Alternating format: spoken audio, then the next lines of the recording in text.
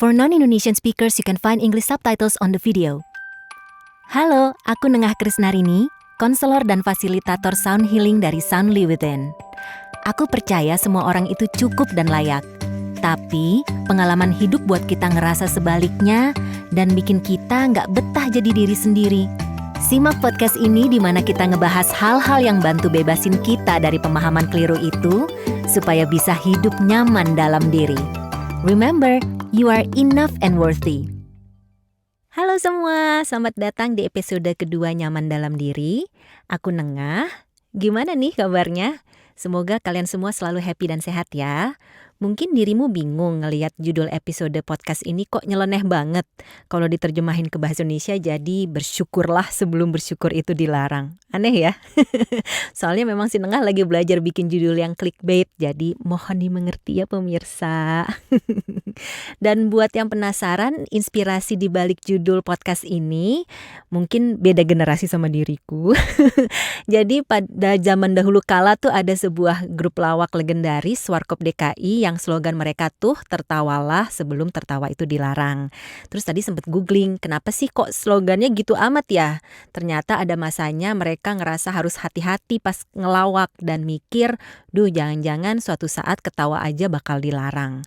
Muncul deh kata-kata itu, gitu ceritanya. Terus bingung juga mungkin ya, apa hubungannya sih slogan ini sama rasa syukur atau gratitude? Jadi gini nih, tema podcast hari ini terinspirasi dari situasi yang mungkin pernah kita alamin. Skenarionya gini, ada yang lagi curhat, ngeluarin unek-uneknya terus ngeluh gitu ya tentang kesusahan yang dialamin.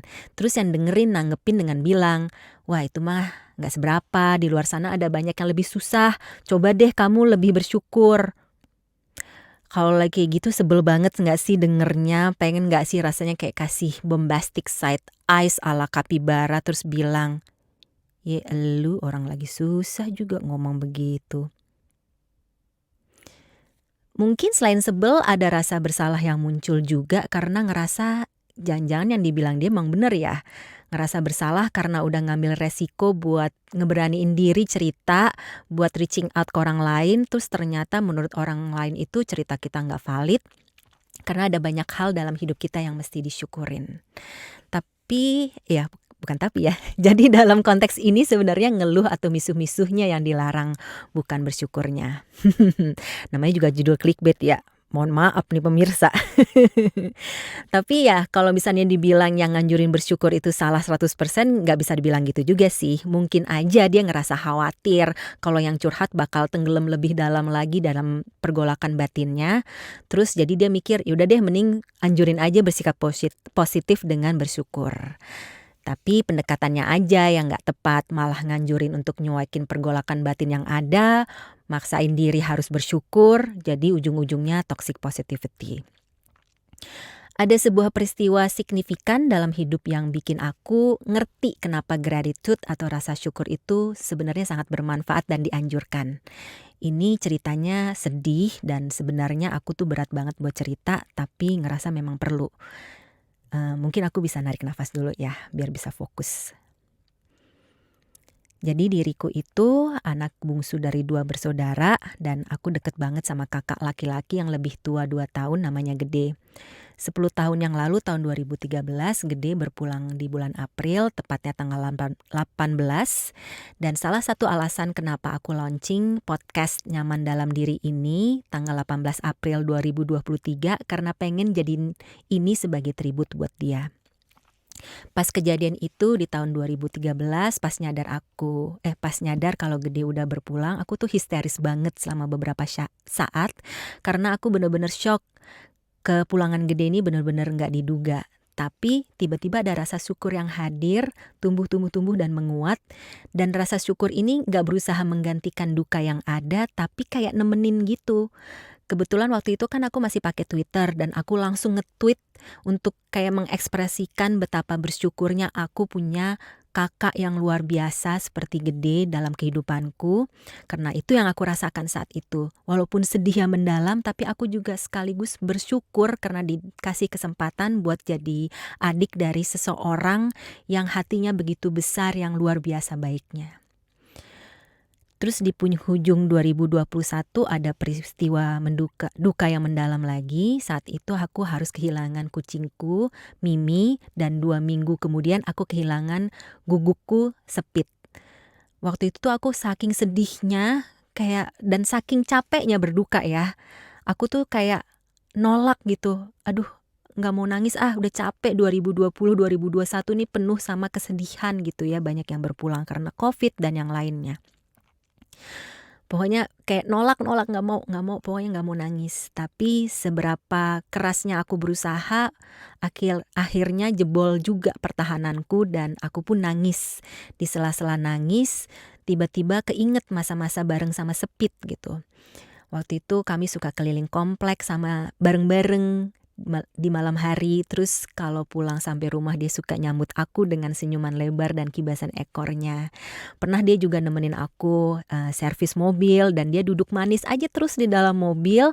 Dan waktu mas mekaniknya mindahin mobil gitu ya, kan mas mekaniknya sebenarnya takut ya, tapi Sepit tuh manis banget dan mas mekaniknya yang kayak terkesan banget saking terkesannya. Dia sampai suka nanya kalau aku lagi servis mobil lagi, nanya gitu, "Mbak gimana kabarnya guguknya waktu itu?" Nah, kenangan-kenangan ini tuh muncul pas aku nangis berbarengan sama rasa syukur yang bisa dibilang saat itu bantu menopang diriku supaya nggak tenggelam lebih dalam lagi saat dibanjiri duka. Tentunya nggak cuma duka yang bisa dibantu oleh rasa syukur, kita bisa gunain rasa syukur buat ngadepin emosi nggak nyaman lainnya pas lagi emosi itu membanjiri diri kita, contohnya anxiety atau kecemasan. Beberapa minggu yang lalu aku sempat nonton video penyanyi Jewel yang lagi ngomongin soal kesehatan mental, dan ternyata dulu tuh dia sempet susah banget hidupnya, nggak punya rumah, terus tinggal di mobil gitu.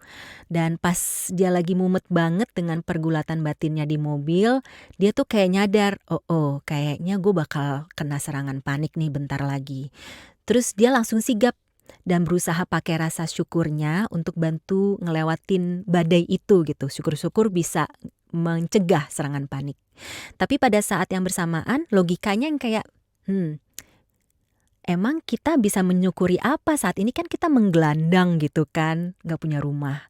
Tapi Mbak Jewel, seakrab ya gue, Mbak Jewel tuh bener-bener kekeh-semerkeh, terus dia berusaha untuk mindful, dia ngelihat ke sekeliling mobilnya, di dalam mobilnya, dan dia nangkep sinar matahari yang menembus masuk jendela mobilnya. Sinar matahari itu ngingetin dia sama masa kecilnya di Alaska waktu dia dulu tuh suka berbaring di padang rumput. Dia suka ngelihat ke atas ke dedaunan di pohon dan gimana matahari tuh menembus dedaunan-dedaunan ini, peranting dedaunan di pohon ini. Dan nginget itu dia jadi kayak ngerasa terharu banget. Tubuhnya kayak dipenuhi rasa syukur dan bikin seluruh sistem dirinya jadi rileks dan dia nggak jadi terkena serangan panik. Pas aku nonton video ini dan dengar ceritanya aku yang kayak, oh my god gitu kan, terharu, seneng, terus aku juga bangga. Kok bangga sih? Ya soalnya aku bangga tuh ngerasa kayak gila ya, penyanyi, pencipta lagu kenamaan yang kayak dia ternyata juga makai gratitude gitu ya untuk membantu dirinya melewati ketidaknyamanan gitu. Rakyat jelata kayak gue langsung bangga lah ya. Itulah indahnya jadi manusia, mau kayak gimana pun bentuknya, kita punya pengalaman yang mirip gitu satu sama lain. Namanya juga common humanity.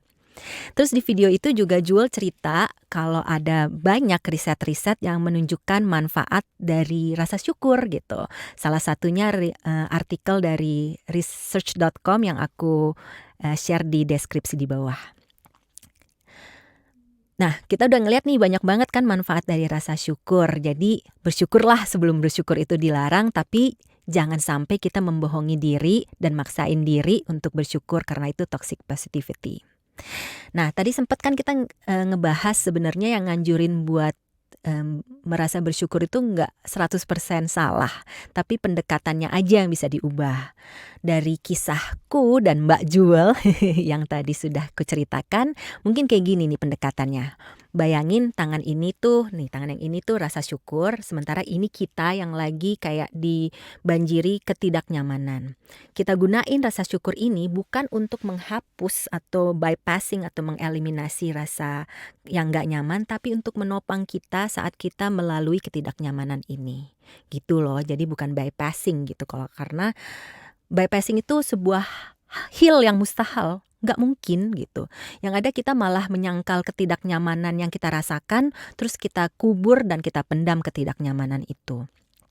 Kalau kata Thich Nhat Hanh, memendam ketidaknyamanan itu gak baik karena jadinya sirkulasi di dalam diri kita jadi buruk, terus gejala penyakit mental dan depresi mulai terwujud dalam pikiran dan tubuh kita. Aduh, amit-amit jangan sampai deh, itu kan kejadian ya.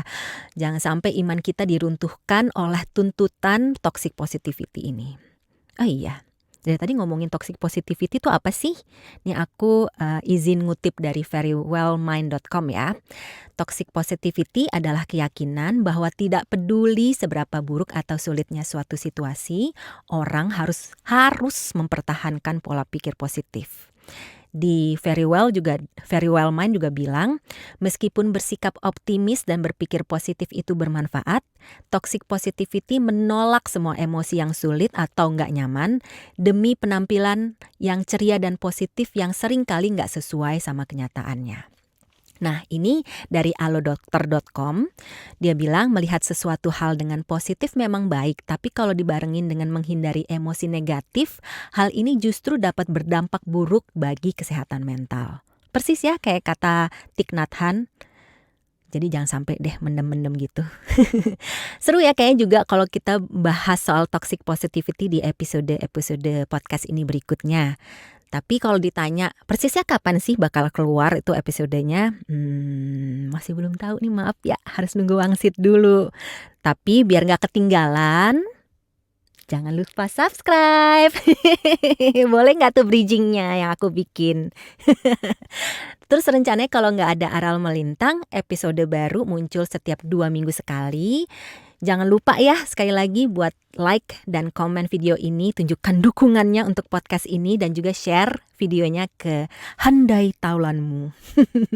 Makasih banget semuanya yang udah pantengi episode podcast ini dari awal sampai akhir. Aku sangat mengapresiasi sekali dukungan kalian semua. Dan jangan lupa, you are enough and worthy. Sampai ketemu di episode berikutnya.